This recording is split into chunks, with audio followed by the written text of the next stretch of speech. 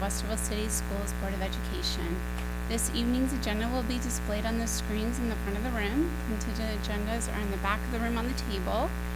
You may also find it on the district's website at www.wcsoh.org. Click on the Our District link, select Board of Education, and then follow the Board Docs link to our current meeting agenda. There will be two opportunities to address the board this evening. The first being agenda item 7.01. The first set of comments is relative to agenda items 8.01 through 12.07. Please state the agenda items you are referencing at the beginning of your comments. The second opportunity is agenda item 13.01. There's a sign-up sheet located on the table in the back of the room. Each speaker will have 5 minutes to address the board. A timer will be shown on the screen. And with that, Ms. Marshall, will you please take the roll? Mrs. Davidson? Here. Mrs. Nader? Here. Mrs. Valentine said she would be here, so she'll be here. Mrs. Altman? Here. Mrs. Meyer? Here. Would you please join us in the Pledge of Allegiance?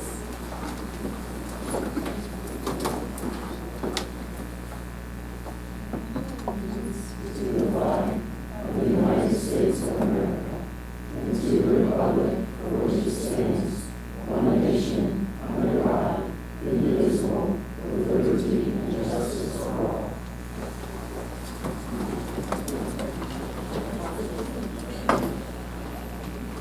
All right.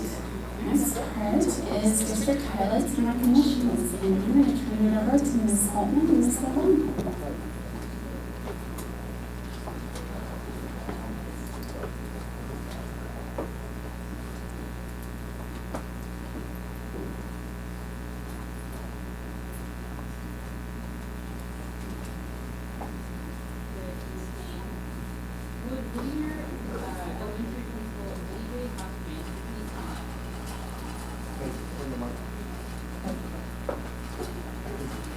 Thank you.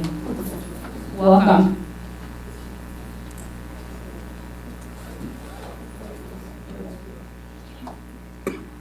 We are recognizing Whittier Elementary this evening for being named a 2024 National Blue Ribbon School. This national recognition highlights schools that excel in academic performance or make significant strides in closing academic achievement gaps among different student groups. Only 14 schools in Ohio were named National Blue Ribbon Schools this year.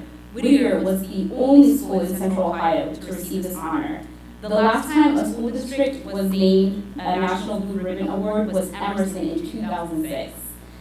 So, AJ, congratulations to you, as well as your staff and families, for this incredible achievement and in providing children with an outstanding environment in which to grow, learn, and succeed. I also want to acknowledge staff members from Whittier who are in the audience this evening. Could you please stand?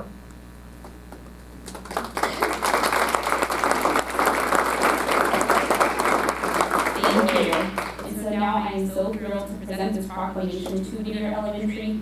Whereas Whittier Elementary annually educates about 370 students in kindergarten through 5th grade, and whereas since 2017, Whittier received either 5 stars or an A grade on its Ohio School Report Card when ratings were issued.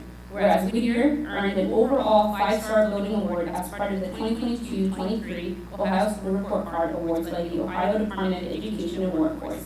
Whereas Whittier was named the 2024 National Blue Ribbon School, serving as a model for effective teaching and intentional collaboration with schools and communities. Whereas Whittier is the first Westerville City School District school to receive the National Blue Ribbon Award in 18 years. Whereas the staff at Whittier are dedicated to delivering high-quality instruction that is focused on growing students. Whereas the Whittier Parents Organization creates opportunities to expand educational experiences during the school day, as well as outside of instructional time, including student clubs and school community events such as the Fun Fall Festival, a school dance at the Whittier Community Service Night, and lastly, now therefore be it resolved that the Westerville City Schools Board of Education and Superintendent extend to Whittier Elementary's principal, staff, parents, and volunteers its congratulations for excellence in educating children and providing them with an outstanding environment in which to grow, learn, and succeed. Thank you.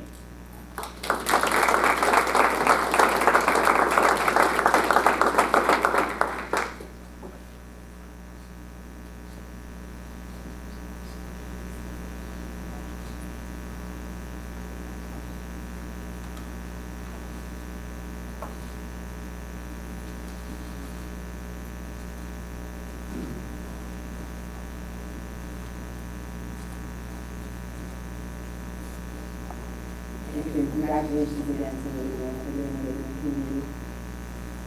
So next, I have the great honor of inviting the following students to join me up front.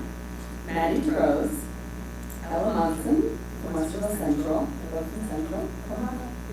That's fine, you're right over there. Adam Hall from Westerville North, and Michael McWhorter and Emma Lee from Westerville South. Please come on up. Maddie, Ella, Adam, Emma, and Michael remain semi-finalists in the 69th Annual National Merit Scholarship Program. These seniors now have an opportunity to continue in the competition for some 6,870 National Merit Scholarships worth nearly $26 million that will be offered next spring. So congratulations on your achievements, and we wish you the best of luck in advancing to the finals level of the competition. Because that's amazing. So great job. I know it wasn't just a great day you had that day, but a lot of work that went up to that. So thank you for that. And I want to acknowledge those who support you. So Don Sayer, principal at Westerville Central in the back, Kurt Yancey, principal at Westerville North, right over there, and Mike Kinsey, principal at Westerville South. He's in the back too, as well as family members. Family members, did you want to stand up so we can applaud all of you?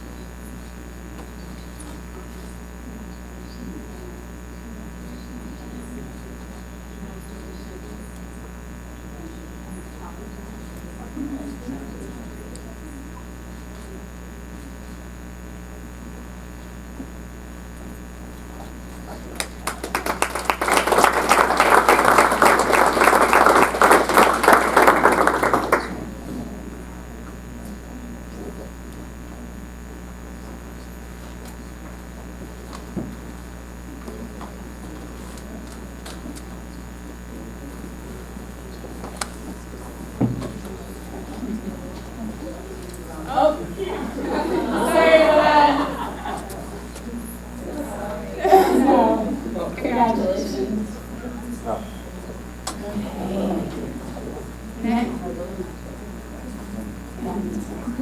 Next up, may I have a motion to enter into executive session to discuss employment, dismissal, and compensation of public employees.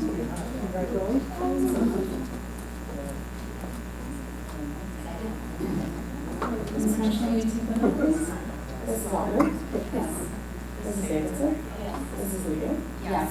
Mrs. Valentine? Yes. Mrs. Meyer? Yes. We're going to break for executive session and we'll be back. 6:30.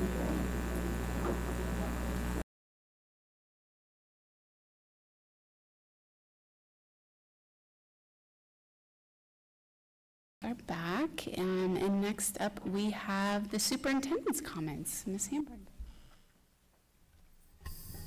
Thank you. Just wanted to share quickly that the last 2 weeks, our team was able to do round 2 with our high school superintendent advisory. So I really appreciate an opportunity to get out to the 3 buildings. Thank you to our high school principals for helping engage in that process. And we've had some really fun projects that are coming out of that, including we're going to be using the kids and their voices to kind of help promote some of the programming in the buildings. And after the North Advisory last Thursday, we had the opportunity to go out to the All-In Olympics. And so our student leaders at Westerville North, our student athletes, put on a Special Olympics for students from all 3 of our high schools who are our students with special needs and some of our specialized learning programs. And if you haven't seen the video that Kyle Lewis put together, it was in last week's news and announcements. I would encourage you to check that out. But it was just really fun to be able to participate, give them their awards. So just a great job by our student athletes there in recognizing those students. And then I have asked Mr. Reeves, our Assistant Superintendent of Teaching and Learning tonight, to give us an overview of the Ohio report card. So he's going to be doing that.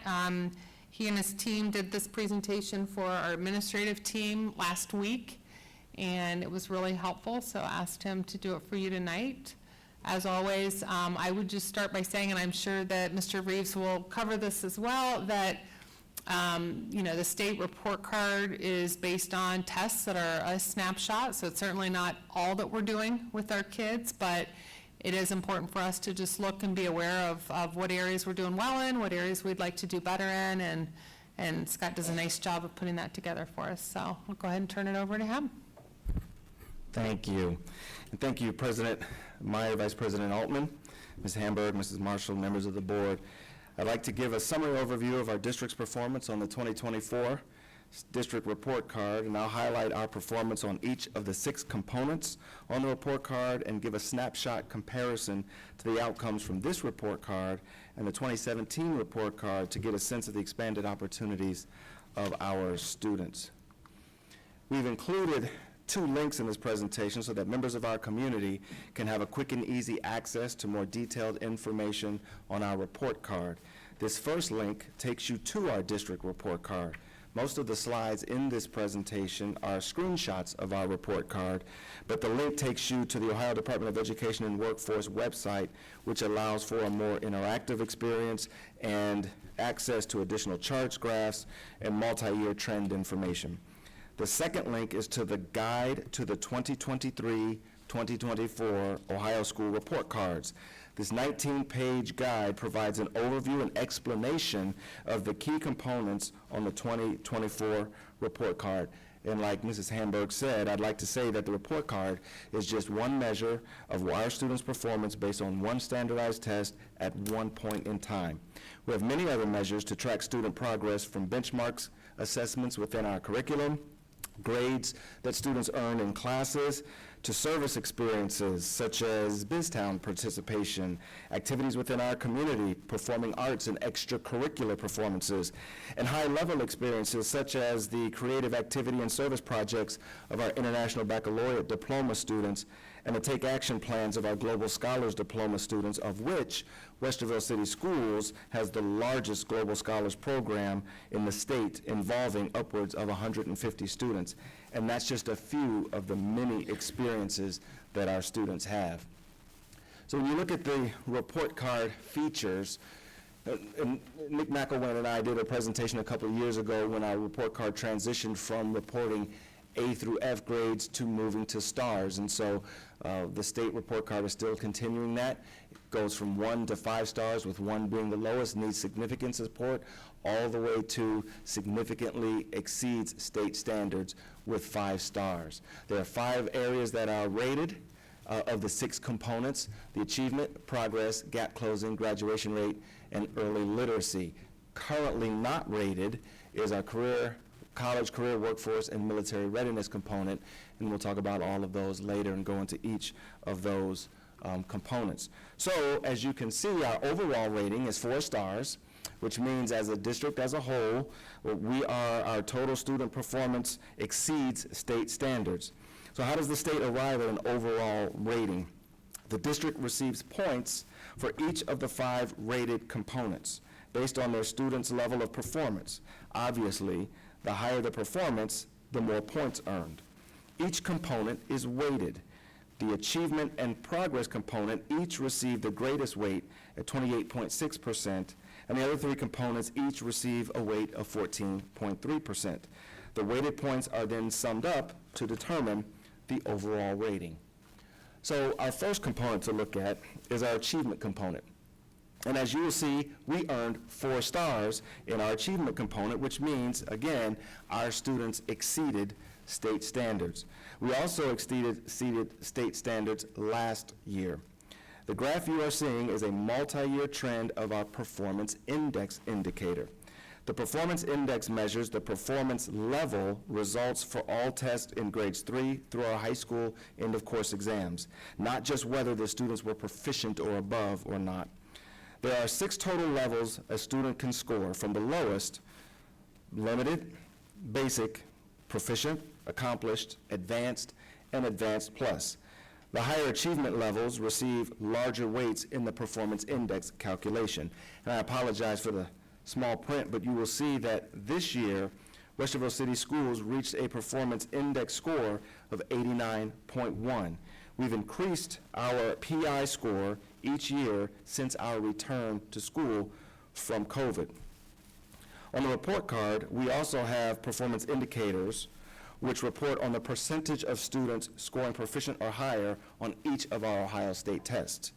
Those measures are not rated, only reported. This slide shows our performance index scores in the form of a line graph, and you can see clearly the upward trend of the performance of our students. The next component is the progress component, where we also achieved 4 stars and exceeded the state standards. This is also termed overall value-added progress measure.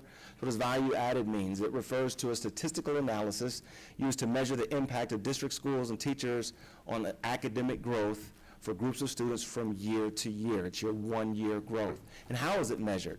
In 2 different components: academic growth, which is assessed by comparing achievement over 3 consecutive years. And then your growth index indicates the academic growth of the district in relation to the state as a whole. So not only to yourself, but to the entire performance of the state. And then the effect size measures the strong relationship between those 2 variables.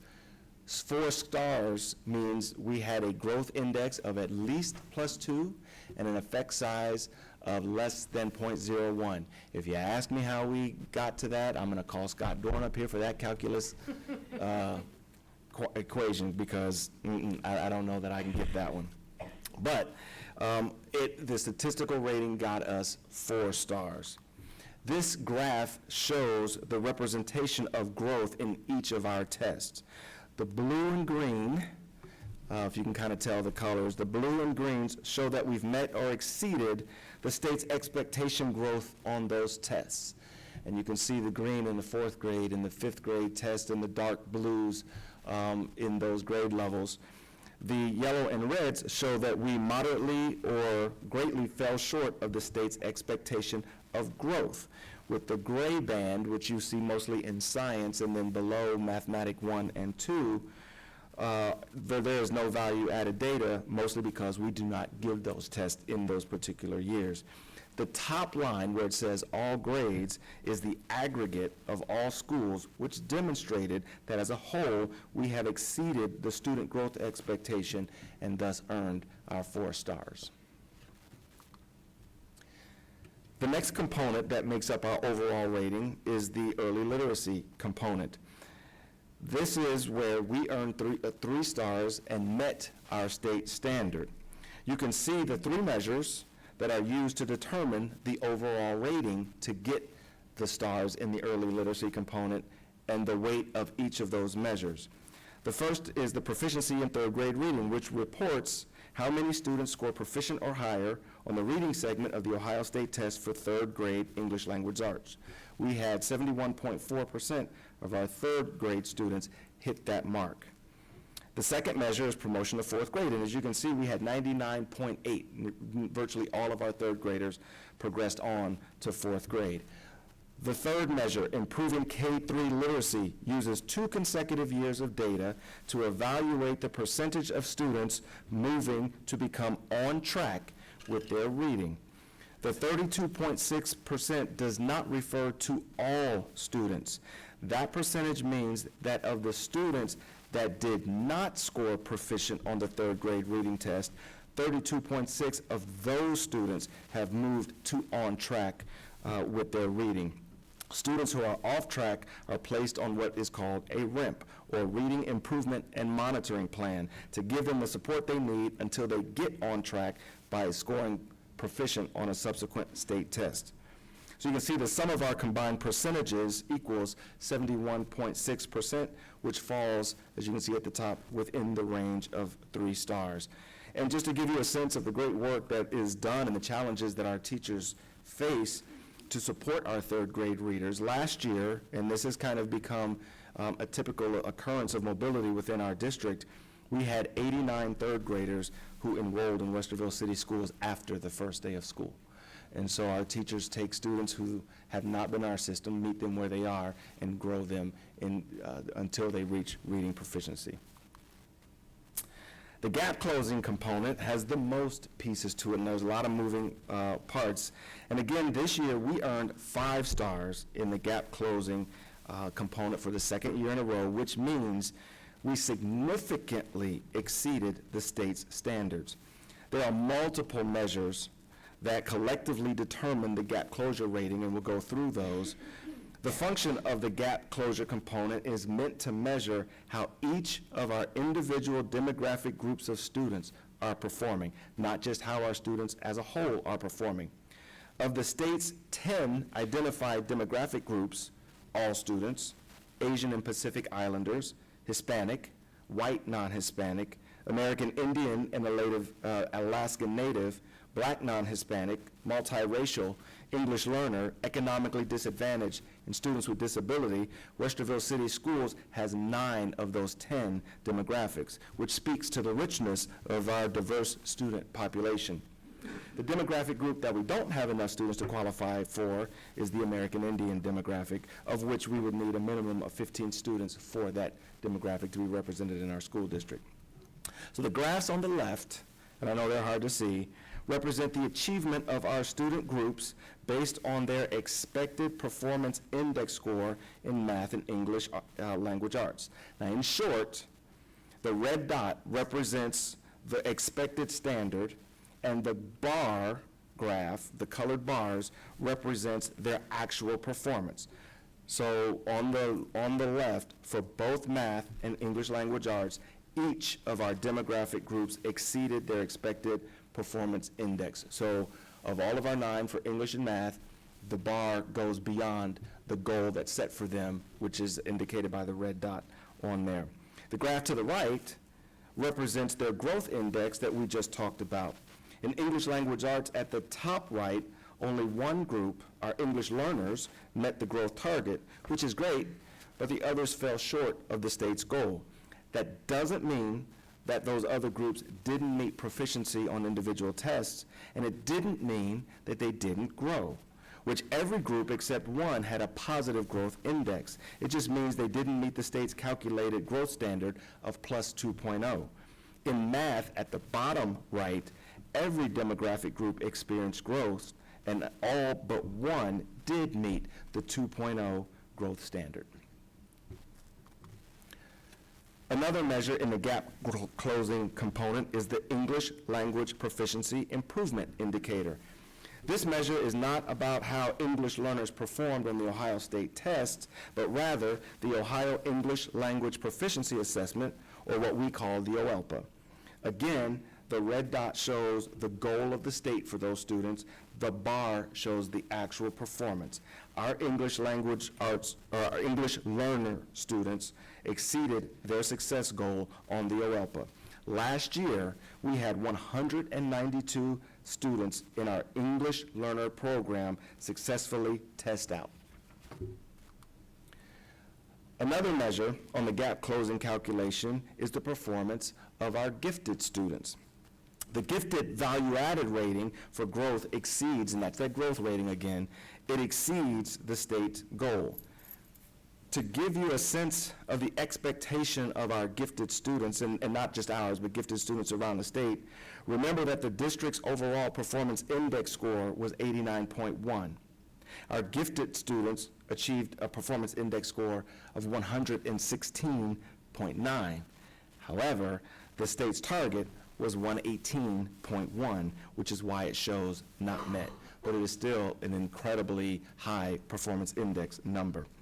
We are also showing not met in the gifted identification and services area because we did not meet the equity index goal, which determines how well our identified gifted population matches our overall student population. Last year, we had 2,862 gifted students. Of that group, 72% of them were white, which does not match our overall demographic. But I will tell you, a decade ago, our gifted population was closer to 95% white. So we have made some very intentional efforts to ensure that the gifted students within all of our demographic groups are represented. This measure of the gap closure is our chronic absenteeism goals. To be considered chronically absent means a student has missed 10% or more of instructional time for any reason, excused or unexcused. Our goal from the state this year was 18.3, And that is a goal that you meet by going under that. And so we had a percentage of 17.9. And we have work to do with that, especially since COVID. If you go back to 2017, our chronic absenteeism rate was 8.7%. Chronic absenteeism is a problem throughout the state of Ohio, with an average in some districts being above 25% of students being considered chronically absent.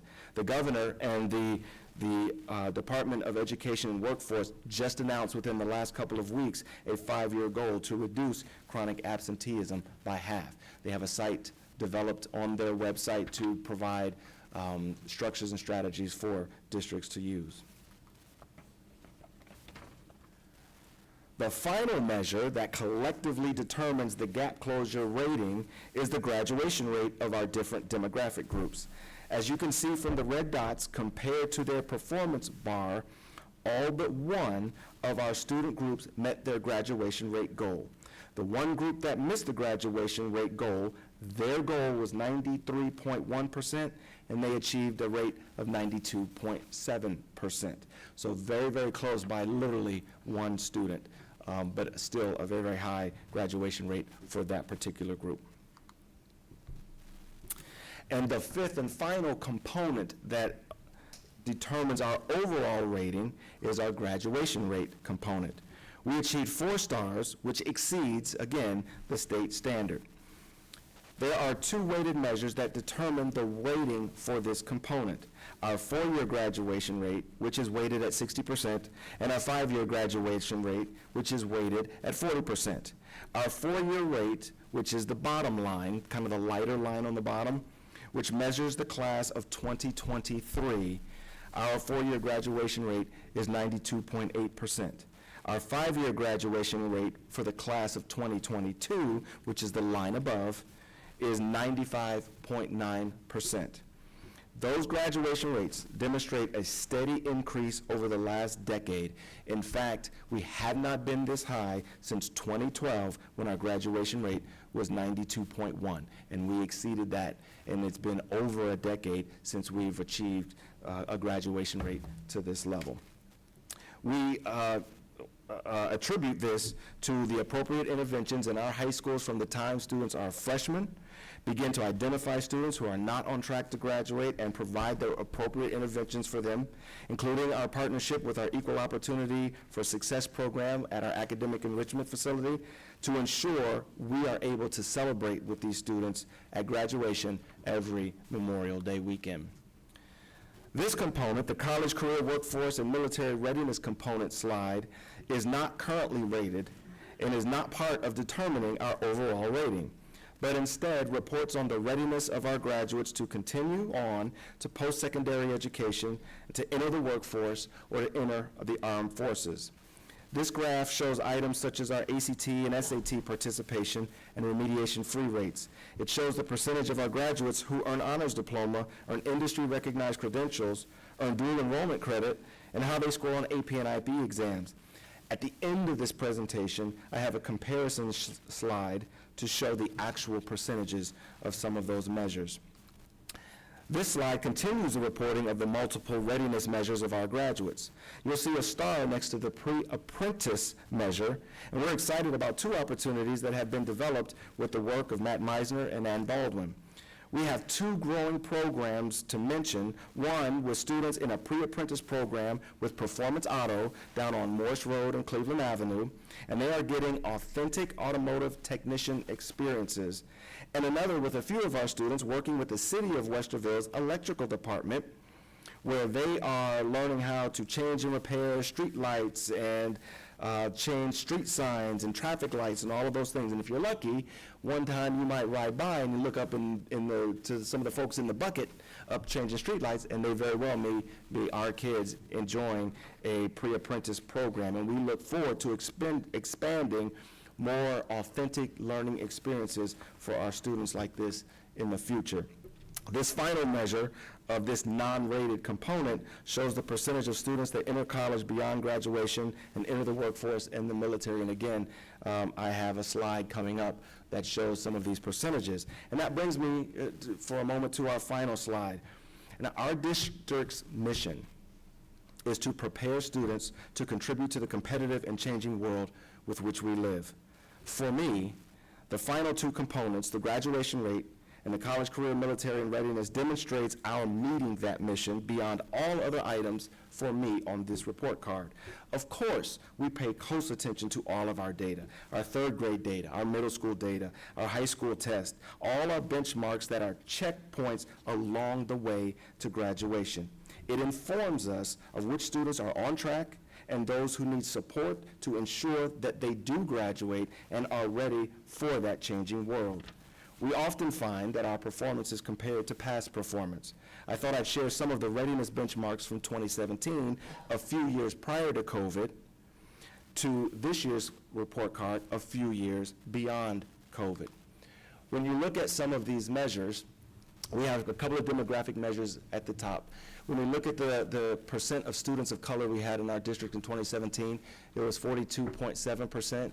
We are now currently at 50%, and I would imagine that our report card next year will show that as a district, students of color are collectively the majority in our district. Economically disadvantaged in 2017 was 34.4%, and now it is nearly 10% higher at 43.7%.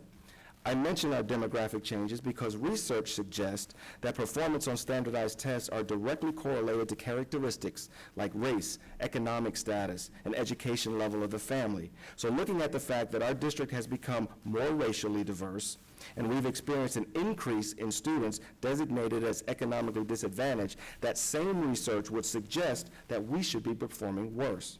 But the fact that we are not is a testament to our teachers in the classroom, the support we provide our students and our families, and the leadership within our buildings and our district. If you look at some of the other measures, I call it aqua, turquoise, the ones in aqua, we have increased in those measures since 2017, despite the growing diversity that we've had. Our graduation rate is higher in 2014. Our performance index score was 90.6 in 2017. It's 89.1 now, but you saw from the charts and the graphs, we are continually trending upward to get to the point where our performance index score is equaling where we were prior to COVID. Our AP participation, our advanced placement courses, we actually have more students participating in our AP programs and a far more diverse set of students in those classrooms than we had in 2017. And equally, the students scoring 3 or more is increased in 2024 compared to 2017. And it's a modest increase, but an increase. When you look at the number of students getting an honors diploma, it's slightly less, and the percentage of kids going within 2 years of graduating from high school, going on to college. At 2017, it was 68.4% of our students. Last year, it was 66.6. So slightly lower, but still statistically, all of those are statistically within range of one another. There are two super big call-outs that I wanted to make, and that's why I highlighted them in green. When you look at students earning dual credit, that's students who are earning college credit while they are in high school. In 2017, only 2% of our graduates did. Last year, 20%. That is an astonishing amount of students who are earning college credit and giving them the advantages they need to be competitive when they leave us. And it saves also our families a lot of tuition, especially for those who go to school in-state. Students earning industry credentials, in 2017, only 1.3% of our students earned industry credentials. In 2024, 10% of our kids. So when you look at our mission of graduating kids and making sure they are college and career ready, we are by far providing those experience just 7 years later from when we were building our pathways, which also included many of our college coursework inside. In the mauve, fuchsia, Purple, purple, lavender. lavender color, you see the components that mirror the components from our rating against the state's standards for us in 2017 to now. In 2017, in our achievement, progress, and gap closing, we earned a D, and an F as a district. This year, we exceeded, and greatly exceeded the state's performance in those same areas. I will say we are comparing pears to apple because the rating system was different and the test was different. Also, 2017 was the last year we did paper pencil tests. So we moved to online tests beginning in 2018. So there are some differences that our students endured, and our students who are juniors and seniors would have been a part of both of these performances. Our early literacy is the same, and our graduation rate equates to about the same. College readiness now is not rated. So when you look at our college readiness exams, our ACT test takers in 2017, we had 73% of our students take the AC test in 2017. 2017 was the first year that the state implemented paying for all juniors to take a college readiness exam. And we had about 3/4 of our students show up that March, and in 2024, that number is now 26.4, specifically college-bound students. Well, what's the difference? In 2017, we had only 9.4% of our kids take the ACT. Those were all college-bound students. Most of SAT, thank you. We had taking the SAT, less than 10% of our students, college-bound, probably, and I'm making it just an inference, going to college outside of our state, because our state is a big ACT state, and a lot of schools, especially on the east and west coast, prefer the SAT. Now, that is 81% of our kids are taking the SAT. So it's almost a flip-flop inverse. And so after 2 years of taking the ACT, as a district, we switched so that all of our juniors were taking the SAT instead. Why did we do that? Because we made a significant investment in our AP coursework, which is a college board. We make significant investment in our 10th graders and our 11th graders taking the PSAT. So it made sense to us that if we were making investments and spending time and experiencing our students to college board curriculum, that we should take, thing jumped right out of my hand, that we should take the college board exam. And here's what we saw as a result of that. The 2-year average for when we took the ACT, the percent of students hitting the college readiness benchmark in English was 53.15, in reading 43.8, in math 42%. The 3-year average after we switched to the SAT, we saw a jump in evidence-based reading and writing to 63.44%, which is 10% higher than English, 20% higher than the reading from the ACT. And in math, our students in that 3-year average scored 50.12%. If you were to take a look at the students in the class of 2023, our college-bound students who took the ACT had an average composite of 23.7. The national average was 19.5. When you look at the performance of the class of 2023 on the SAT, which again, every student took, regardless of their post-high school choices, the Westerville City students averaged 508 on math, which was the national average, and just below the national average, 510 on the evidence-based reading and writing, and the national average was 520. But that's all of our students, regardless of their post-high school choices, compared with the nation's college-bound students. So I say all that to say, our students continue to perform at a high level. Our graduates walk away from Westerville City Schools with a world-class education, and we are continuing to make headway to achieve our mission of preparing students to be contributors to the changing world in which we live. And I'll take any questions you may have.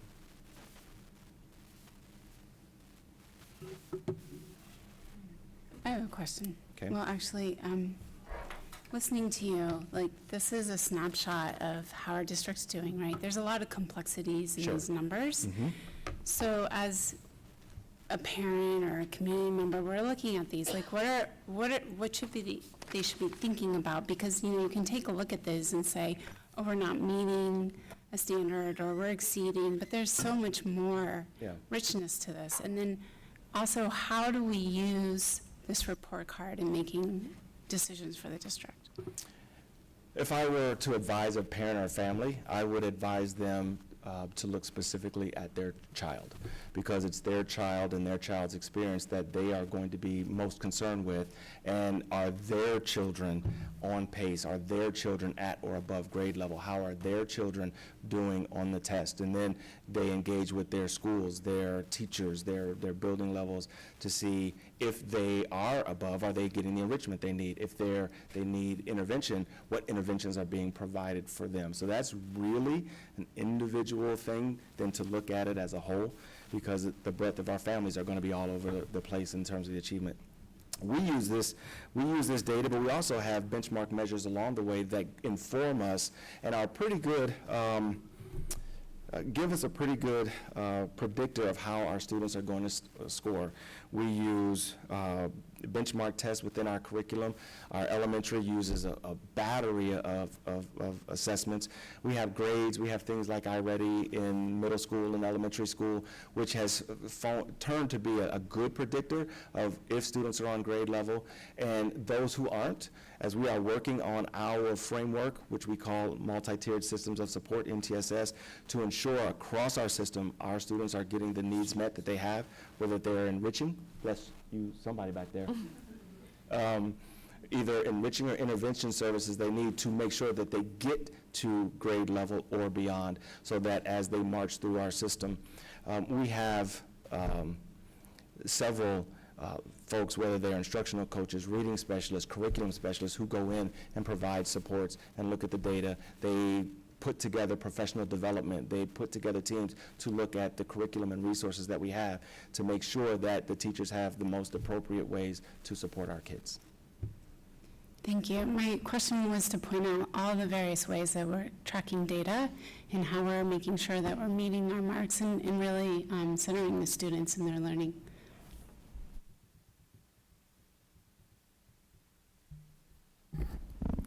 Hi, thank you so much. A lot to dig into and think about there.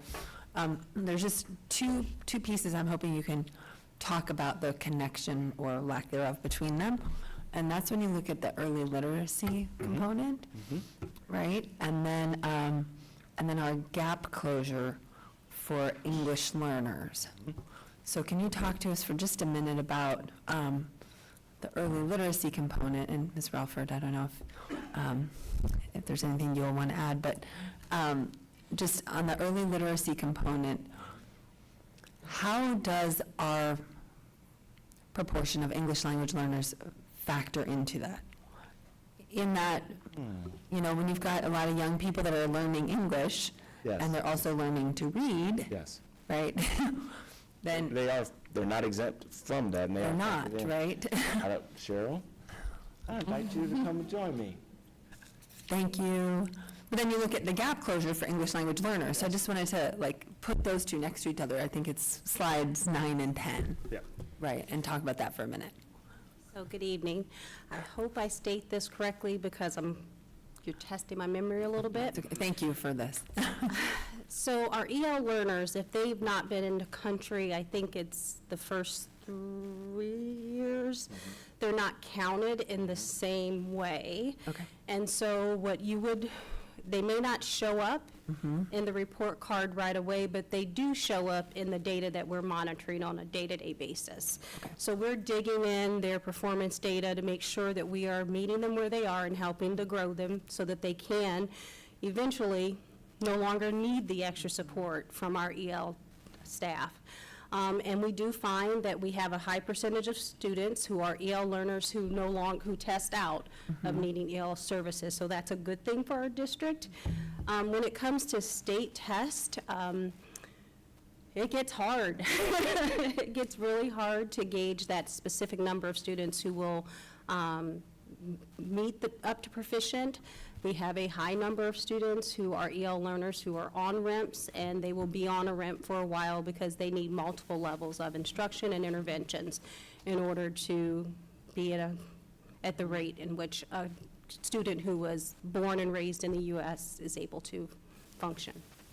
I think an important thing to point out too, could you talk a little bit about the diagnostics? So one of those components in the early literacy rating has to do with basically how we are diagnosing kids who are off track early on, and districts choose their diagnostic tools, so there's not one set diagnostic that the whole state uses, so that component out of all these, I think, is a little bit muddy.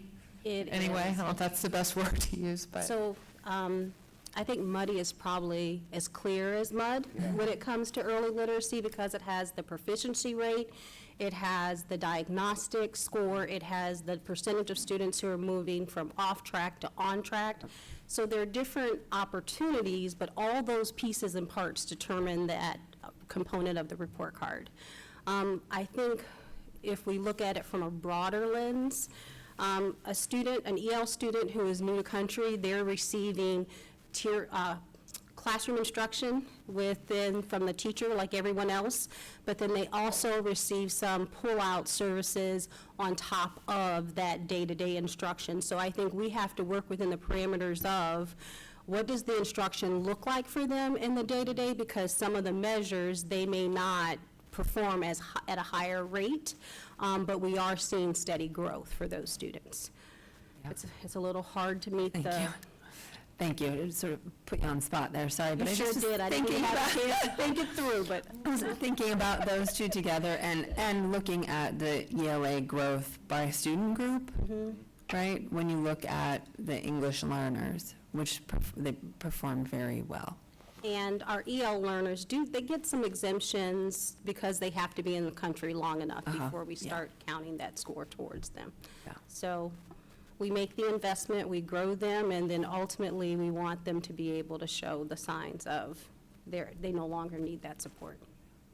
Great. Thank you both so much. Thanks. I hope that was clear as mud. No, I just wanted to dive in a little bit. Thanks. Okay. Thank you, Cheryl. Any other questions?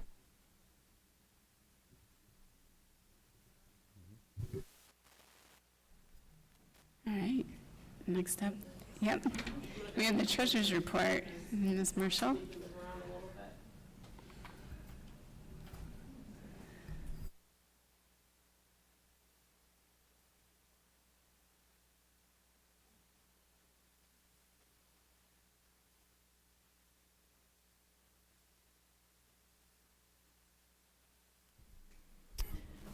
So thank you. I know I'm just adding time to the board meeting, but I think it's really important as we're going around and we're doing presentations about school funding and different things when it comes to this November and the ballot issue.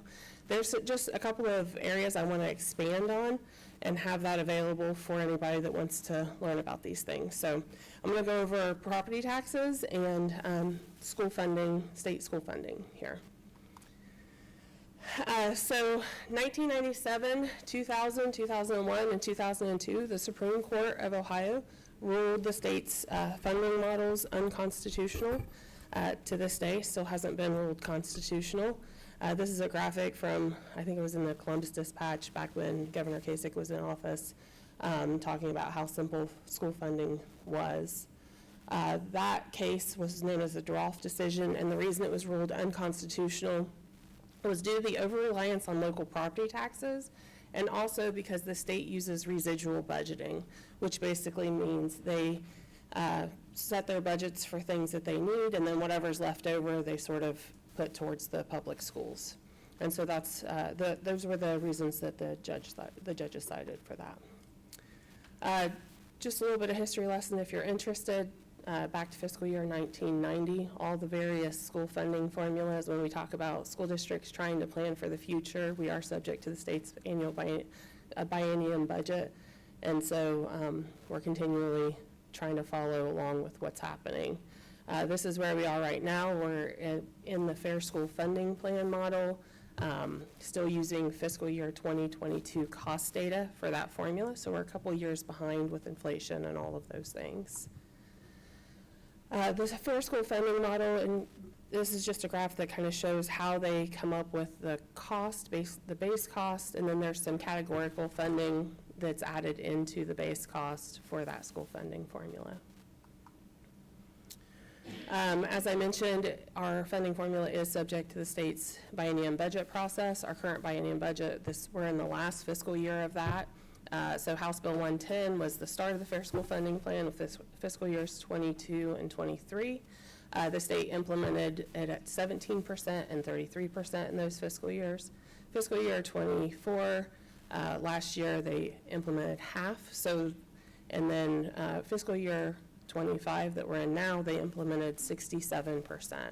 And what that means is that they calculate an amount that they think that our school should receive for its funding, and then whatever that increase is, they're applying that percentage to for our funding. And I have an example of what that looks like here. So this is actually a school payment report. Anybody can go online and see this on the Ohio Department of Education and Workforce's website.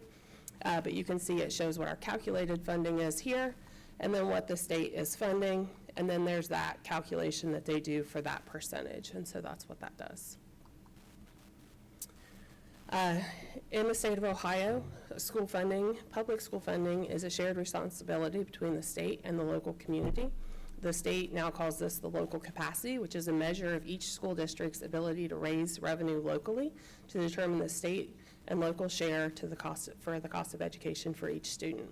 And it does that by taking both the property wealth and resident income of the district and calculates our unique local capacity and compares it to the rest of the public schools around the state.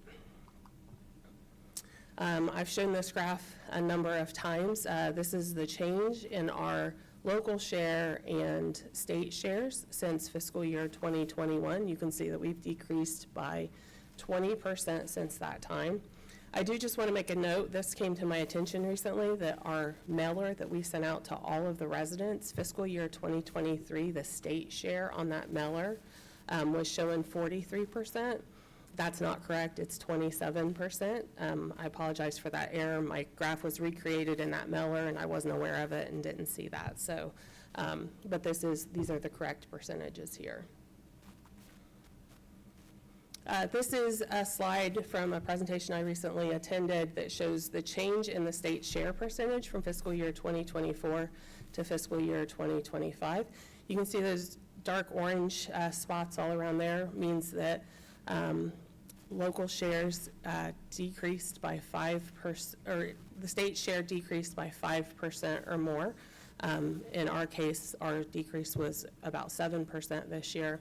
And then the yellow, you can see, was a decrease of 2.5% to 4.9% in the state share. And then you can see the other colors there. So the green or the white, either static or increases there. So the state's cost to public schools significantly reduced in this fiscal year with the updated values and income.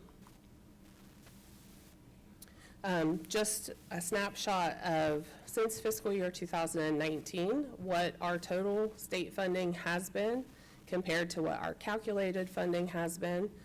And then just a nice line graph there that sort of shows that.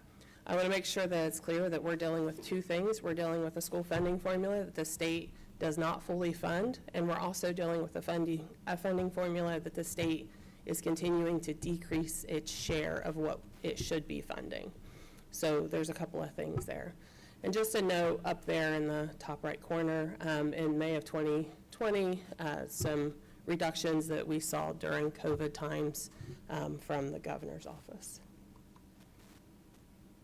So while the state's not funding its public schools fully and continues to reduce its share of the responsibility, it continues to expand dollars going to private schools. This table shows the difference between fiscal year 23 and fiscal year 24 awards, the change for that and the percentage changes there in the EdChoice and EdChoice expansion.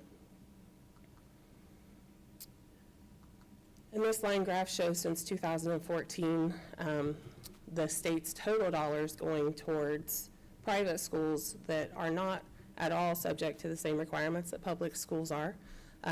Last year, the state sent over $600 million to private schools. This year, it's projected, for 24, it was projected to be around $1 billion. They haven't released that total number yet, but it was around $1 billion. And I'd just like to remind everybody what our trend looks like for school funding from the state here.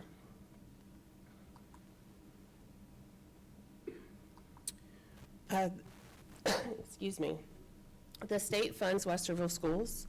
If you do the calculation for just all of the students and all of the state funding that we receive through the Fair School Funding Plan, about $2,966 per student. If you're a private school with the Ed Choice with grades K through 8, you get $6,166 per student, and grades 9 through 12 get $8,048 per student. That actually might be a typo. I think that's $8,408. My apologies. Here's my bird. This is a document that the Legislative Services Commission put together. It's probably been 2 or 3 years ago now. It's 9 pages of the different educational requirements between traditional public schools, community schools, STEM schools, and non-public schools and homeschooling. This slide here shows the requirements for the local report card that Mr. Reeves just was kind enough to share with us. Private schools are not part of any of that. They don't have a report card, nor do they have state audits, which we enjoy here in Westerville. All right, moving on to property taxes. House Bill 920 was approved by the state legislators back in 1976. Let me start over here. When we talk about millage, we have inside millage set by the state constitution. 3.8 mils is our inside millage. It never changes. All other millage is outside millage. It's voted millage. And House Bill 920, approved by the state legislature back in 1976, was approved to help prevent inflationary increases from as property values grow. And so what it does is as property values increase, the county auditors decrease tax rates so that revenue on existing properties remains generally unchanged. And when I say that, what this means is that if we see new construction, then we likely will see a growth in property taxes as long as it's not under like a tax abatement for economic development or something like that. Oh, sorry, I had that too many times. So this is from the Columbus Dispatch had this article that showed how much home values increased by school district in Franklin County. And so you can see Westerville there at 38%. And what that means is that if your values increased by greater than 38%, you likely saw an increase in your tax bill. If it increased by 38%, you likely didn't see much of a change in your tax bill. And if your values increased less than 38%, you likely saw a decrease in your tax bill. So 30% of homeowners in Westerville schools in Franklin County saw a decrease in their property tax bill as a part of the reappraisals. And I'm going to go through an example of how that might work. So this is my county of 10 properties, and you can see the various property values there. The current tax rate is 45 mils, and you can see the property taxes due. It's collecting around $62,566 a year. If we come in and we have a reappraisal year, and on average, you can see values are increasing by 21%, but the first 2 properties increased by 35%. Next 2 properties increased by 25%. Next properties 10%, 5%, and 30%. But on average, values went up by 21%. So what the county does is they look at what's that total amount. They want to collect that same amount on those carryover properties, and so they adjust that rate. So we're no longer collecting at 45 mils, we're now collecting at 37.25 mils. And so that change in property taxes for the property owners means that some are paying more and some are paying less, but the revenue that the district receives stays about the same. And that's how that calculation works. So if we come into an update year, we have that 37.25 mils that's rolled over. We have another update and say it's 21% on average again, but it shifts around. And they're going to adjust that rate down to that 30.71 because, again, we're trying to collect that same amount. And then you can see it shifts who's paying that bill. And that's how that works. So if that same update year at 37.25 mils, we had 21% average growth, but then we added another property to that, that 30.71 mils is still going to be the rate that's going to be adjusted, but we're going to see growth from that new construction as long as it's not under some sort of tax abatement. And so that's how House Bill 920 works. We are subject as a district to House Bill 920. Not every school district is, because there's something known as the 20 mil floor that won't let that 30.7 mils fall below 20 mils. But we are way above that floor.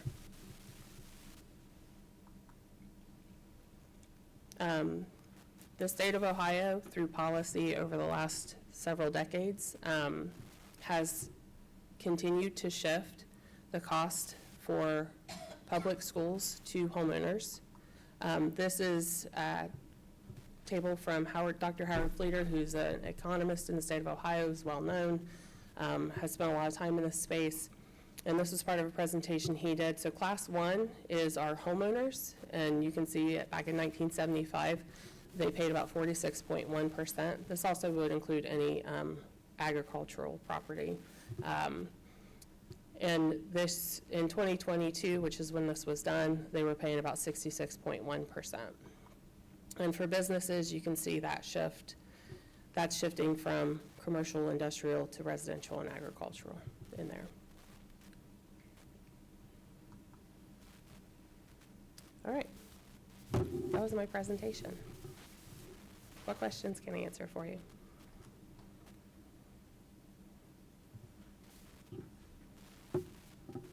I have a question. Sure. Thank you. You know, honestly, this is a lot to digest, and I am thinking about our families at home and students that want to learn how the school funding formula really impacts the levy and what's going on. Mm-hmm. I think something you mentioned right now was that the revenue the district receives remains the same despite all of these other external factors. For families that are maybe tuning in or learn about this a little bit later, but have more questions for the district, what are resources that are available so that they can learn more about this? I'm always happy to meet, present, whatever, with anyone that needs it. Thank you. I'm always happy for people to reach out to me. And I do have a lot of people that reach out to me and ask me about things. I've met with several people to go over things like this. Thank you.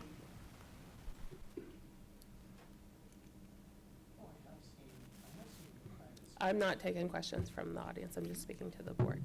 You'll have to wait for public comments. Other questions? I just, for those that are at home, maybe you could explain inside-outside millage. Sure. So the inside millage, like I said, is set by the state constitution. So it's 10 mills that was set back in the day to be shared among overlapping municipalities and local governments. So our portion of that 10 mills that's shared, so it's shared with the city of Westerville and other entities around us, is 3.8 mills. And so that never changes. We always have 3.8 mills. We do see growth on the 3.8 mills, and we also see growth from new construction. But other than that, we don't see growth on our property taxes.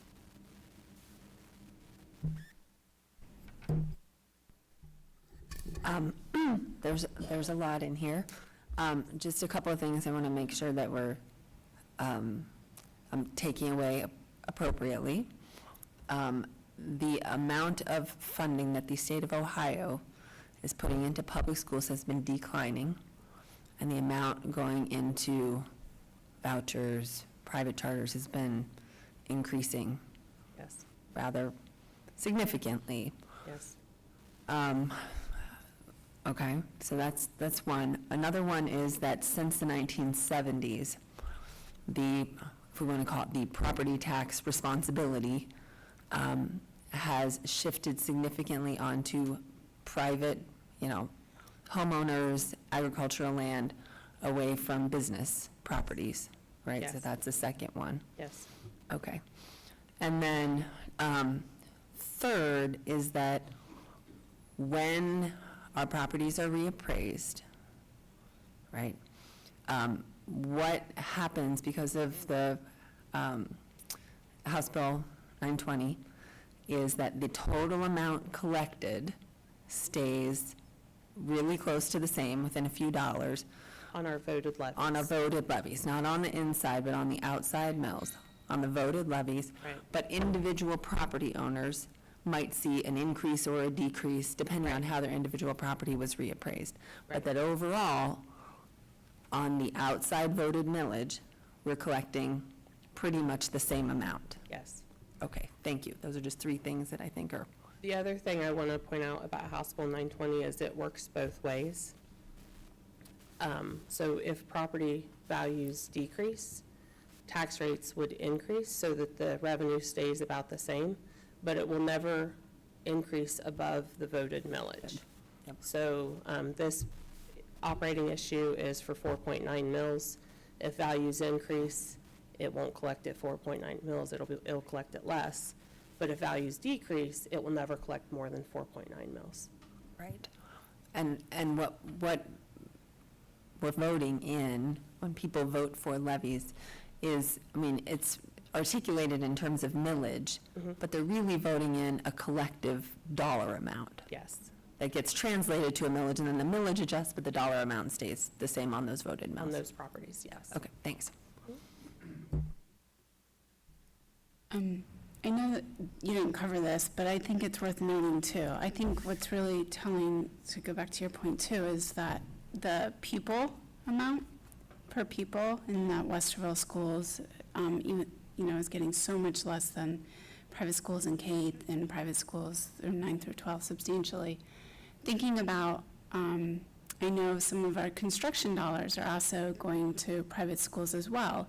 And so we're not just losing a big chunk of money from the formula, but also now looking at losing money in terms of construction costs and upkeep in our buildings. And so I just want to underscore that. And I know that we didn't cover that tonight, but that is a really important point Yeah, too. we didn't, we are part of the Expedited Local Partnership Program, which is with the state, the Ohio Facilities Construction Commission. We've been on a list, there's been a public school list around since the 90s, and we've been waiting our turn for that funding. And so the state decided recently to allocate, because we're waiting for our turn, because there's not enough available funds to fund all the schools that are on the list. But the state recently decided to allocate some funds towards private schools before covering all of the public schools that are on that list. Thank you. All right, thank you so much. Thank you. Okay. I'm gonna wait till.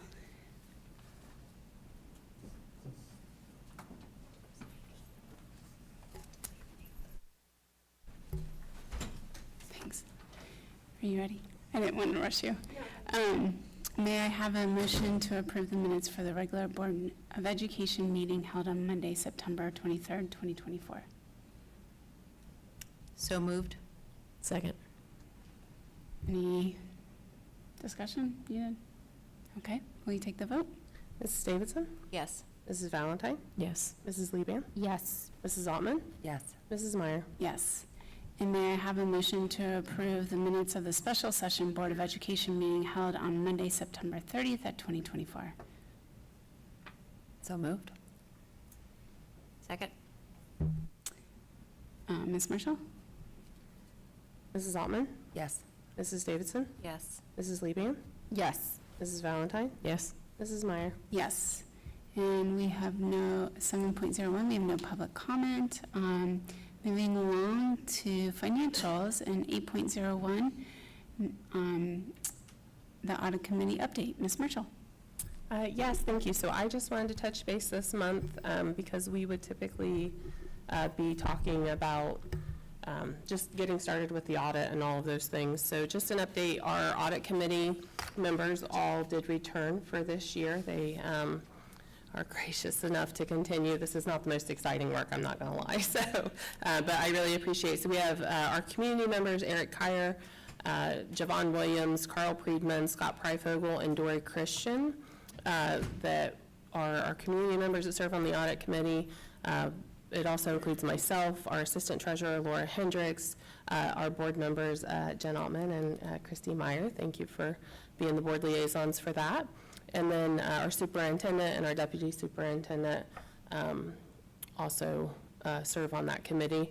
And then our auditors this year, continuing with Julian Grube, Ryan Keeney, and Adam Lesh are both part of that too. So we met with them on September the 30th They went over with the audit committee things that they're going to be looking at this year.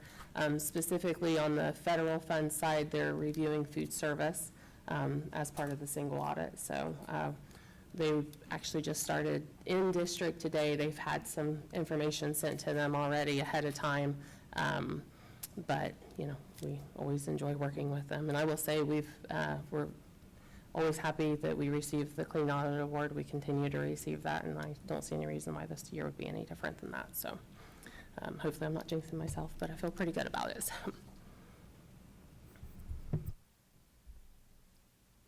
Any questions, comments? Just thank you to those members. Great. And next, may I have a motion to approve the purchases in accordance with Ohio Revised Code 5705.41 D1 and the Board Policy 6320. So moved. Second?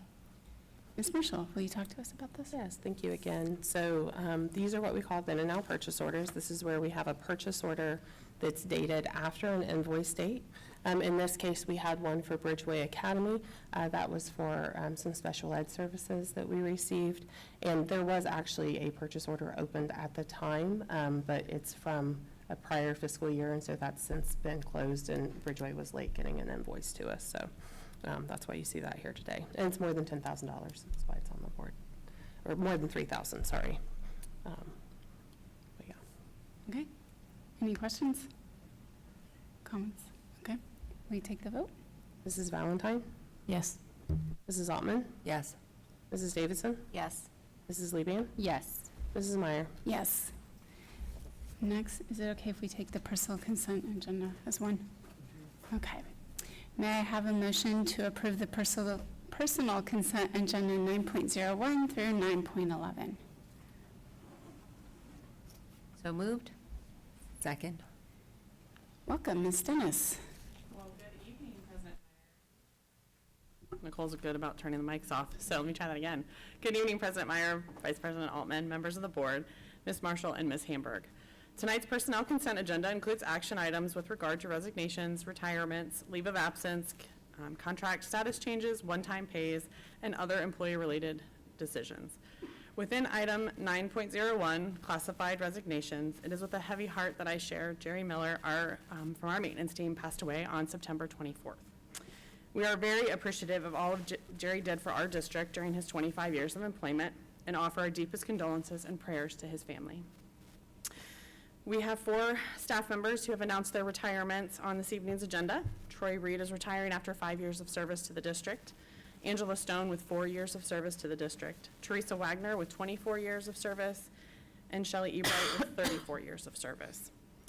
We appreciate all that they have done for our students, staff, and community, and wish them their best in their retirement years ahead. At this time, I'd be happy to answer any questions you might have. Questions? Okay. Thank you. Yeah, you take the vote. Mrs. Davidson? Yes. Mrs. Altman? Yes. Mrs. Lieband? Yes. Mrs. Valentine? Yes. Mrs. Meyer? Yes.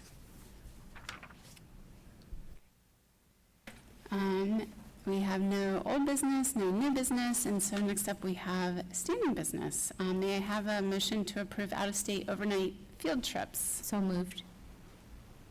Second?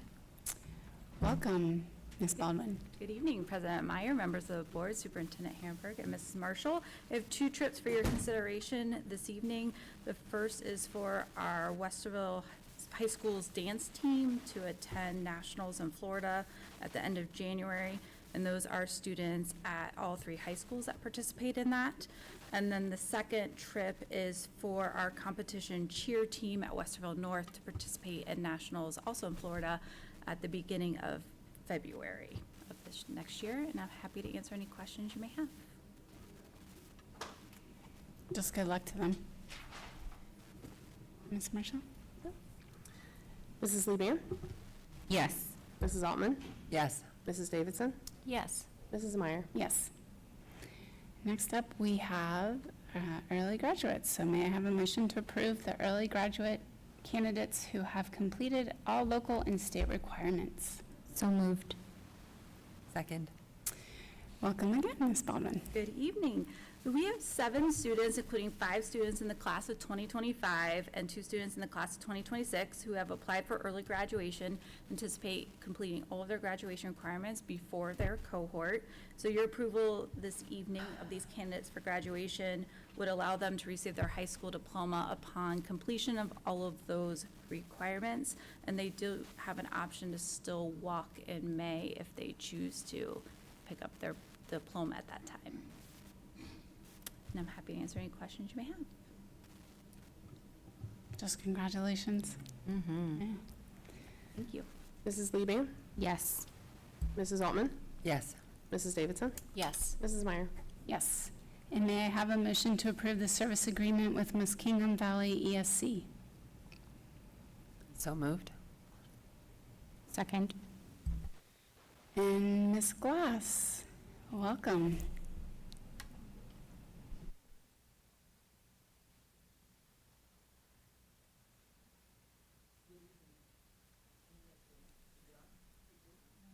Now it is. Good evening, President Myers, Vice President Altman, Superintendent Hamburg, Ms. Nicole, and members of the board. I did not know I was going to come here, so I'm so sorry. Just want to let you guys know that we have decided to enter into a contract with Muskingum Valley ESC because we are contracting with them for orientation and mobility services with 3 direct service students and 1 consulting student services for our students.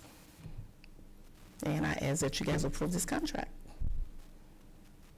And I was just going to say, can you explain a little bit why we would do this? Yes, please? absolutely. So in the district, because we have few students that receive those services, it is easier for us to consult with another school district or sometimes with the ESC, and they come in and provide the services for students because we do not have the staff. So it's a skill needed, Correct, absolutely. It's to the IEP. so we can make sure that we meet the students' needs. Absolutely. Great. all right, yeah, thank you. Okay, thank you. Mrs. Altman, Yes. Mrs. Liebing, Yes. Mrs. Davidson, Yes. Mrs. Meyer. Yes. And may I have a motion to approve an agreement with Leggett Architects,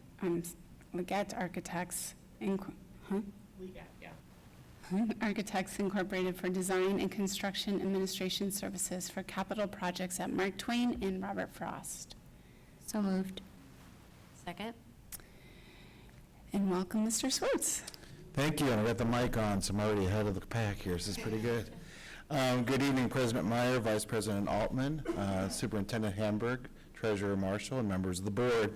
So I'm here to talk about a resolution before you authorizing approval of an agreement with Leggett Architects Incorporated to provide design and related construction administrative services for the district's gymnasium and SLC restroom projects. And I'll explain what that is in just a second. So it's important to note a couple things to know in terms of funding for this project. This is a permanent improvement. You heard Treasurer Marshall talk a little bit about some of the funding sources. Permanent improvement is just that. It's a permanent source of funding for capital projects and other capital expenditures, and a portion of it is aligned with facilities, if you will not. This is fully in alignment with the use of that funds. The intention is to undertake renovations and planned improvements and project replacement systems and whatnot. We use it for roofing and other things. What are the district's gymnasium and SLC restrooms? So if you've been in Robert Frost or Mark Twain, if you've ever been in that gymnasium, duck your head if they're playing dodgeball, because the fourth side of the gym is open. There's about a 5-foot trophy case that is there, and so over the years there's been a constant request to enclose it for safety reasons, for noise reasons that migrates into the classroom, and other improvements. So that is the case of both of those elementaries. They're nearly identical buildings. And at Robert Frost, there's a group boys restroom just off the gym. It also is planned now to serve an SLC classroom. We have a young student that's handicapped and has the need for a changing station and other needs that the bathroom currently cannot accommodate. And so that's what this scope will do. We've done that process at some of our newer schools and renovated schools just to share. The total cost of this contract is $27,500, $16,750 for Robert Frost, and $10,750. And with that, I'm happy to answer any questions.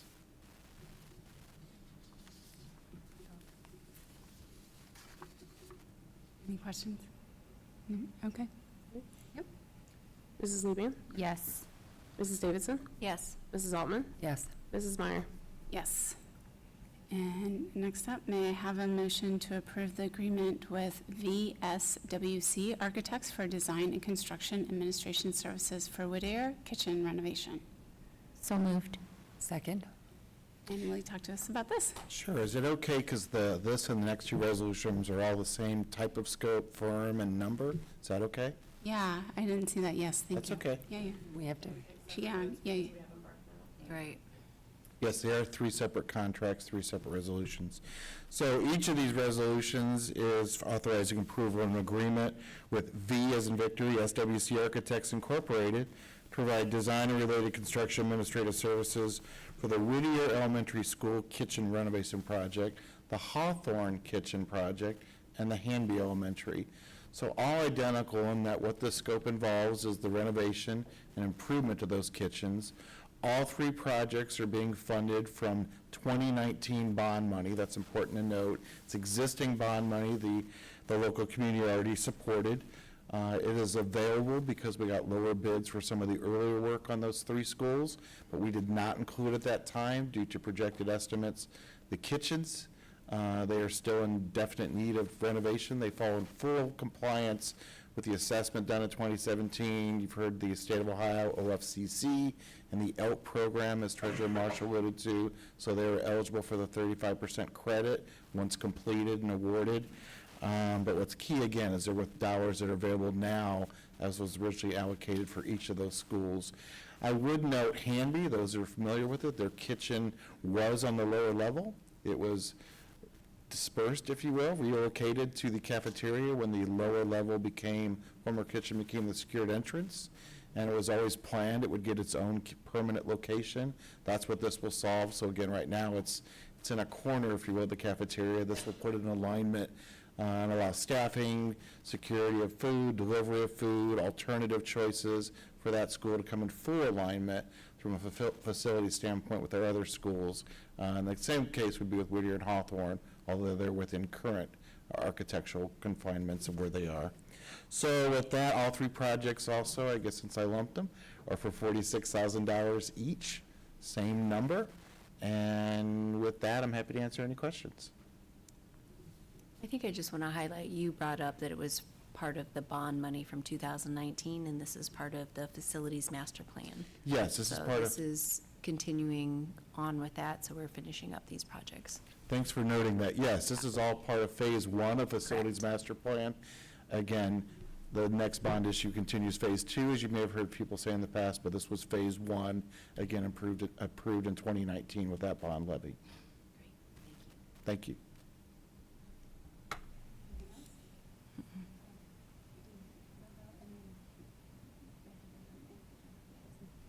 Ready?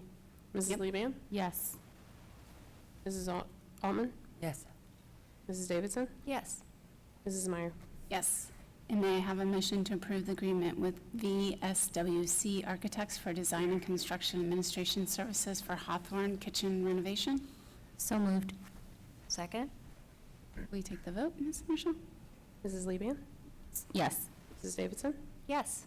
Mrs. Altman? Yes. Mrs. Meyer? Yes. And may I have a motion to approve the agreement with VSWC Architects for Design and Construction Administration Services for Hanby Kitchen renovation? So moved. Second? Will you take the vote, Ms. Marshall? Mrs. Lebian? Yes. Mrs. Altman? Yes. Mrs. Davidson? Yes. Mrs. Meyer? Yes. Thank you, Mr. Swartz. Next up, we have public comment, and we have four. I'm going to make sure nobody else signed on the back pages. And first up, we have Sophia Rismuller. Welcome.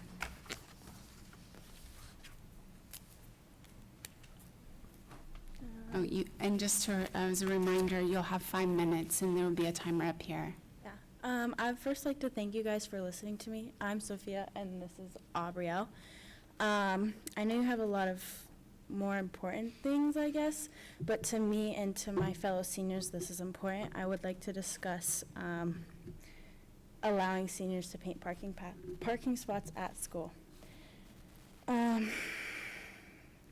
I always hear seniors complain or ask, why can't we do this? Oh, and Tangi does this. Why aren't we allowed to paint our parking spots?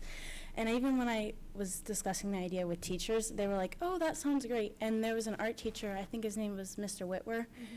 He wanted to paint the Student of the Month parking spot, but I don't know why he couldn't. But I think it's a great way to show students' creativity.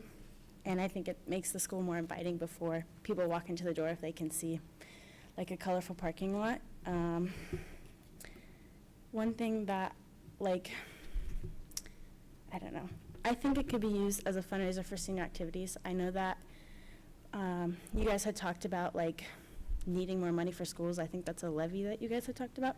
And I don't know how the money handles how the schools handle the money given to them, but I would assume that high schools use some of it for the senior like activities like the breakfast or the Cedar Point trip or something like that. Mm-hmm. We'd specifically discussed putting the money towards funding Senior Sunrise, Senior Breakfast, and also scholarships for the Senior Cedar Point trip for other seniors who want to participate and wouldn't be able to on their own. Yeah. I think, I don't know the whole logistics, but what I think is that it won't cost the schools anything but parking spots, because we don't plan to provide the paint for students. I think that this would be a student like choice only. So if you want to participate, you are participating with the knowledge that you're buying your own paint and you're paying for your own parking spot. The spots will be limited, so not everyone can. Yeah, please. So we're going to limit those spots to begin with to, I think we said, 60 spots? We discussed this with our principal, Mr. Hinsey, in our main senior lot by the gym, just to begin, gauge what the interest is, and start it at a lower cost. And then if there is high interest, we'll start by allocating spots to people with the highest GPA first to help celebrate academic success and encourage those seniors to keep their grades up, to get priority parking spaces. And then if there is that continued interest, we can look to expanding to the entire senior lot. And we would have to keep this to the lot by the gym to begin with due to construction at the back lot. And this is only at South. We don't know the other schools. We just were looking at it South. would be available to all schools in an ideal situation, but we have access to the information for South specifically. We talked about this one. We already talked about that, I think. Yeah. Just a general working, the students would pay separate from their parking pass one, because I know when we pay for the parking pass, it goes to Easy Pay, and we want to keep that money separate because it's a fundraiser, so they'd have to fill it a separate form and pay it for a different thing. And then the spot, I know that at our school at least, you get a tag to go in your car that hangs on your mirror, and your tag will have a number on it, and that number will be assigned to your spot in the parking lot. And you have to, when you paint your spot, you have to have your number on that spot. We decided not to put names on that spot because you could have like graffiti that's purposefully for one person. And then the spot would only be reserved for school hours, so you couldn't come after school for like a sport and be like, oh, I want to park in my spot. You can't, because it's not during the school hours. And then another big thing that we had talked about was having the designs approved, because you want to keep the schools like no sex, drugs, violence, all of that things. And so you don't want to have that on there, so you have to have the designs approved so that the parking spots will be school appropriate. Anything else you want to add? We do have a handout with a link to a more formal presentation if you would be interested. We could pass those along. Okay, I will get this to you. But thank you for your time and your consideration. I know this is kind of put together at the last minute, but we appreciate it. Yes, thank you so much. Thank you.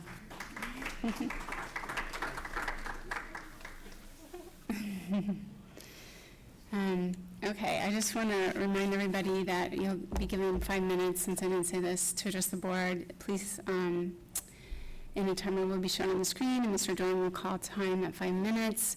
Please keep your comments professional, avoid the use of inappropriate language, and refrain from identifying individuals in the event of a complaint or at all.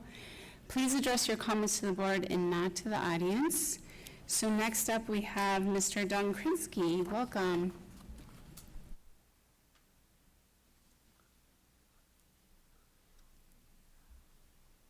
Thank you.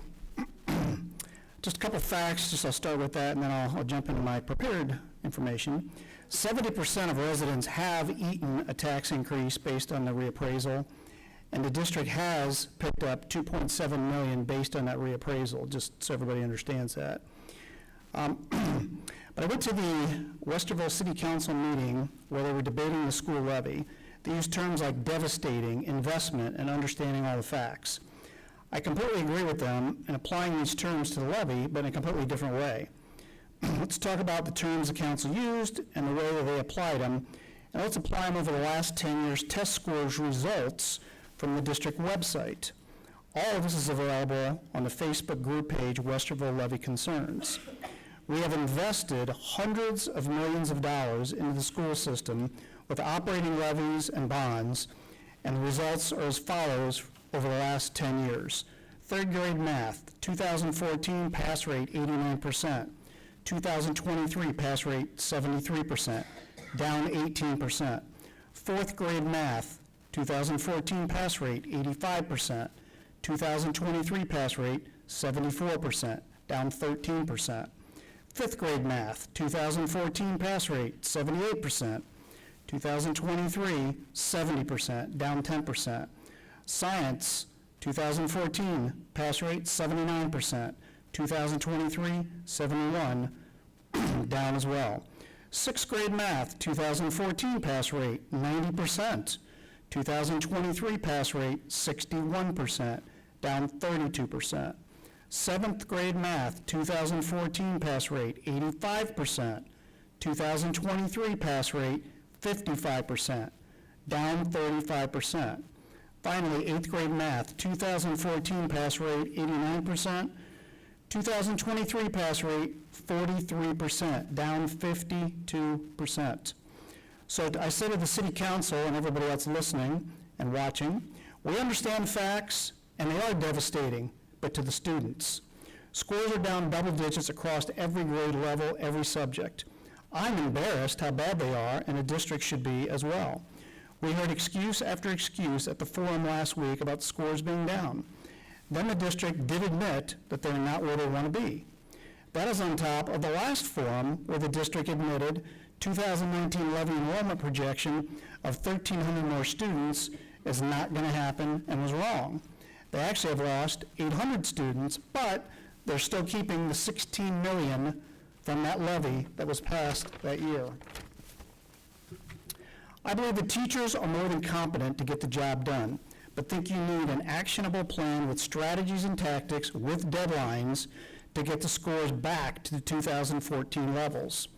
We cannot, as residents of this district, reward results like this by giving the board more money.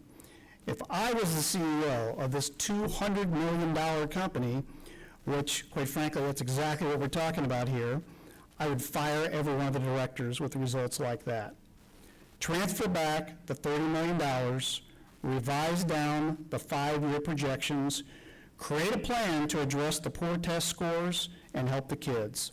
Stop worrying about the buildings, start worrying about the kids' education. Vote no on issue 44, the Westerville school levy. Thank you. Next up is Mr. Doug Nichols. Welcome.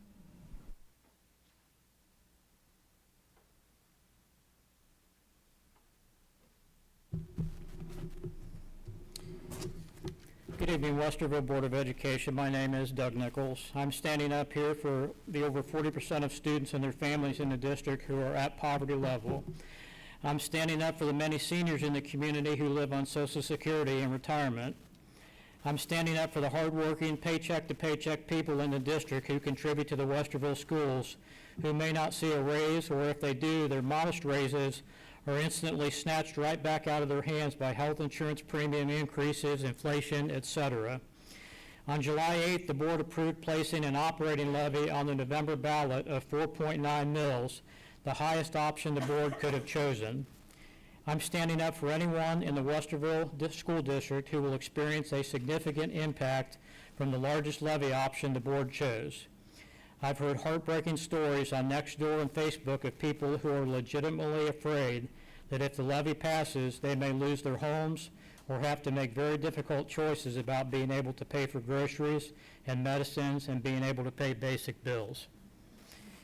It shouldn't have to be a scenario of everything the school district wants without any adjustments, and if the taxpayers who pay the bills for the district, by the way, have their own needs, they can just go figure it out for themselves. Yet, that is the path this board has chosen. The board also approved placing a bond of 1.66 mils on the November ballot. At the April 22nd, 2024 work session, the district treasurer said to the board, "We do have the opportunity with a new ballot issue. We could ask our voters to support sort of a no new millage situation." At some point in the future, the board dropped the words "sort of" and began referring to the bond issue as no new millage. That is how it appears on the levy mailer the district sent out and other levy information from the district. At what point and how did the language change from sort of a no new millage situation to no new millage? The Franklin County Auditor has a fantastic online tool called Levy Estimator, which gives voters a good estimate of what each levy on their ballot will cost them. Why didn't the Westerville City Schools include that information on the levy mailer they sent out? Many people I've conversed with in person and on social media are unaware that that online tool even exists. Would the district be willing to advertise the Franklin County Auditor's online tool, Levy Estimator, on the news and announcements area of the main page of the district's website? The district may wish to do so to inform taxpayers and for transparency. The Franklin County Auditor disagrees with the district's levy mailer and levy information on the district website. The district claims the bond issue is no new millage. The Franklin County Auditor clearly lists both the operating levy and bond issue as new. The official ballot language does not use any words like no new millage either. Is the district's no new millage claim even factual? When the existing 1.7 mil bond issue voters approved in 2000 expires in 2026, it seems taxpayers at that point will have fulfilled their legal obligations to the district. It seems any millage taxpayers are being asked to approve for this new bond issue is absolutely new millage. Even with a yes vote, the existing bond doesn't carry over into the other. One bond expires and the other begins. I have no idea either why the district thought it would be okay somehow to leave the cost of the bond issue off the levy mailer. The Franklin County Auditor absolutely includes it on its online levy estimator in plain and simple numbers, unlike the district mailer, which only stated the estimated cost of the operating levy. The board vote on July 8th to place an operating levy of the highest option possible on the ballot was a unanimous yes. One of the board members who voted yes has since resigned. The average property value increase from the 2023 mass reappraisal in the Westerville Tax District was 38%. Would the remaining board members who voted yes to place the levy and bond issue on the ballot be willing to publicly say, were their property values more than the 38% average, at the 38% average, or less than the 38% average? And by what percentage did your properties increase in value compared with other properties in the district? Thank you for your time and consideration this evening. Thank you. Next up, we have Stephen Childers.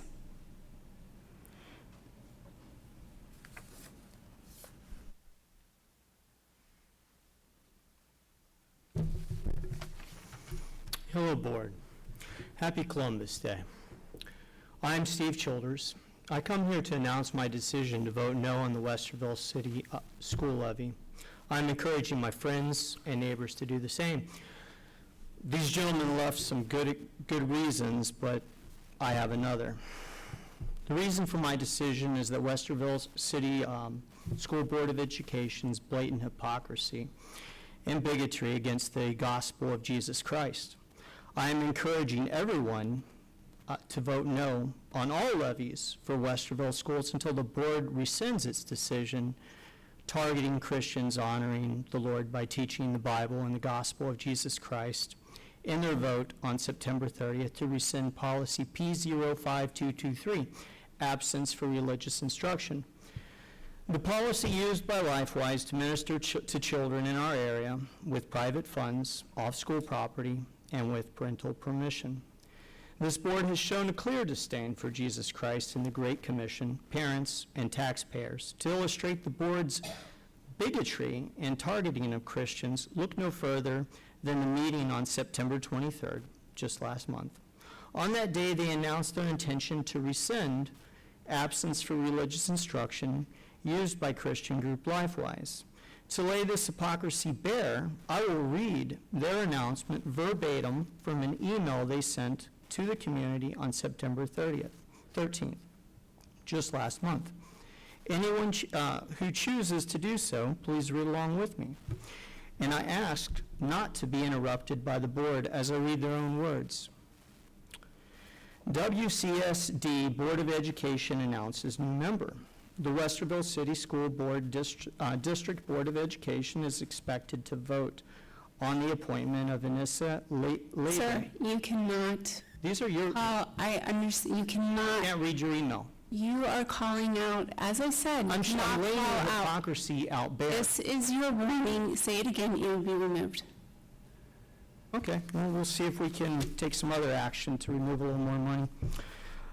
The concurrent removal of a Christian organization from Westerville schools and the appointment of a member to the Board of Education opposing religious views of Christianity, they're different views, but their boasting of the actions could not lay the hypocrisy and bigotry more bare. Please join me in voting no on this levy and any further levy until this injustice is corrected by this board or until a new board is brought in and religious freedom restored for Christians. And I am noting, I cannot read your own words, so we'll see what we can do about that Second Amendment thing. But have a wonderful day.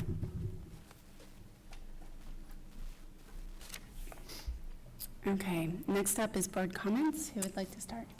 I will.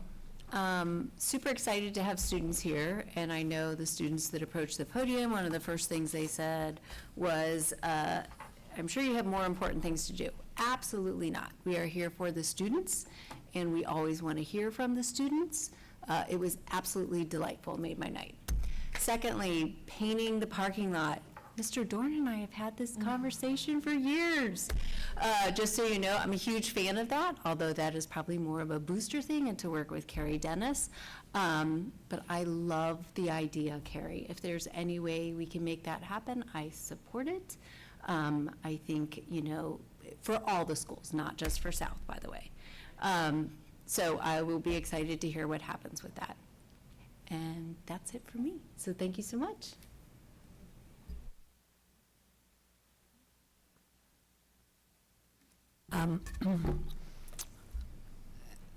It is always a wonderful, I need to put my readers on. It is always a wonderful thing to have our students visit. So thank you for your comments. And I just want to call out again one more time, just sending my heartfelt feelings to the family of Mr. Miller who passed away. We have so many beloved people who help take care of our schools, and I just am holding them in my heart and wanted to just call that out and say we're thinking of you. Thank you. I also am just so incredibly proud of our two students that joined us tonight. I remember being in their shoes and just recognizing how hard it is to advocate, and I just really appreciate them getting so creative and speaking up, and so I really thank them. I know they're not here. And I just really appreciated this presentation as well on the school funding, and for families that are watching, just knowing that if they have any questions, to not hesitate to reach out. I know it's a lot to digest, but we're here to answer any questions, and so thank you. That's all. I want to echo my colleagues' comments. I really enjoyed the students. I know that they were really nervous, but I think they did a fabulous job. Also, just wanted to say Happy Indigenous Day and just recognize that we're on, and I'm going to look to my right here because she's the expert, but Shawnee, Maumee, and Wyandotte, and many other Indigenous peoples' land. And then also would like to just thank everyone. I know that we're wrapping up our first quarter on Thursday, so thanks everyone for all the hard work. I will just note that is Imagine a Day Without Water as well. It's the 10th anniversary, and just a quick note, because this is my passion, is that before COVID, they were estimating that a third of the country would not be able to afford their water by 2022. So this is the kind of the shameful thing that you never hear about, people being unable to afford their water. We think of students coming to school, being prepared with food in their stomach, but a lot of times kids are at home with no water. So that's all. Thank you. And with that, the board will meet in regular session on Monday, October 28th, 2024 at 6 p.m. at the Early Learning Center, which is here, 936 Eastwind Drive, Westerville, Ohio, 43081. And may I have a motion to adjourn? So moved. Second. Ms. Marshall? Mrs. Davidson? Yes. Mrs. Liebing? Yes. Mrs. Altman? Yes. Mrs. Meyer? Yes. It's 9:06.